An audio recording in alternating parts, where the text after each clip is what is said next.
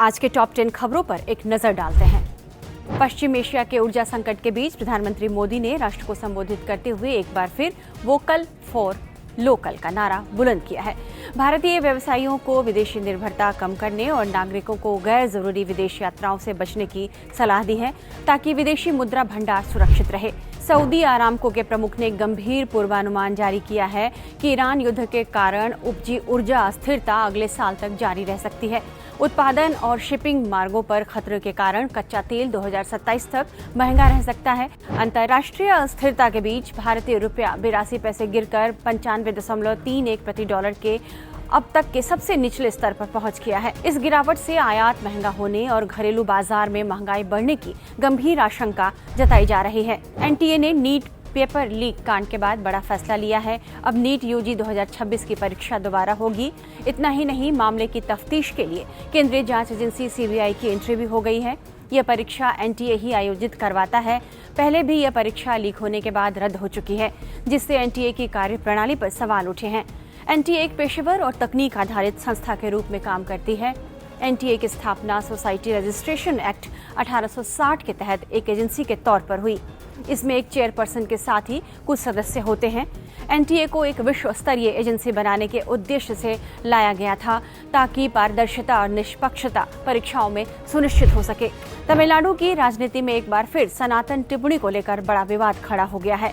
विपक्ष के नेता और डीएमके विधायक उदयनिधि स्टालिन ने आज विधानसभा में सनातन धर्म को लेकर विवादित बयान दिया है। उन्होंने कहा कि सनातनम जो लोगों को बांटता है उसे खत्म करना चाहिए। पीएम मोदी ने लोगों को कोरोना काल की तरह किफायती जीवन शैली अपनाने की सलाह दी, जिसमें सोना न खरीदने से लेकर वर्क फ्रॉम होम करने की भी अपील की गई। इस बात पर सोशल मीडिया में एक तबका अफवाह फैलाने लगा कि देश में एक बार फिर से लॉकडाउन लग सकता है। इस पर सख्त रुख अपनाते हुए केंद्रीय मंत्री हरदीप पुरी ने कहा है कि हमें ऐसी अफवाहों को खत्म करने की जरूरत है। कोई लॉकडाउन नहीं लगने जा रहा है। न्यायिक सुधारों की दिशा में केंद्र सरकार ने एक ऐतिहासिक फैसला लेते हुए सर्वोच्च न्यायालय के जजों की संख्या 34 से बढ़ाकर 38 कर दी है। कमर्शियल गैस की कीमतों में पहले ही इजाफा हो चुका है। घरेलू गैस सिलेंडरों की सप्लाई लेकिन निर्बाध रूप से जारी है। इस बीच ईरान और अमेरिका युद्ध का असर भारत पर भी पड़ा है, खासकर रसोई गैस के मामले में, क्योंकि युद्ध से पहले भारत की 60% रसोई गैस हार्मुज जल डमरू मध्य के रास्ते आती थी। युद्ध के कारण सप्लाई बाधित न हो, इसके लिए भारत ने अपने घरेलू उत्पादन क्षमता को 36,000 एमटी से बढ़ाकर 54,000 एमटी कर दिया है।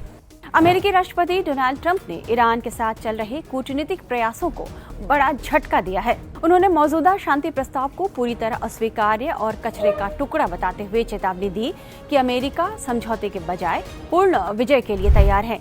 अब 8वां वेतन आयोग फिलहाल कंसल्टेशन फेज में पहुंच चुका है और देश भर में कर्मचारी यूनियनों, पेंशनर संगठनों और विभिन्न विभागों के प्रतिनिधियों के साथ बैठक का दौर भी शुरू होने जा रहा है। तो ये थी आज की 10 प्रमुख खबरें। अब बने रहिए टाइम्स नाउ भारत के डिजिटल प्लेटफॉर्म के साथ।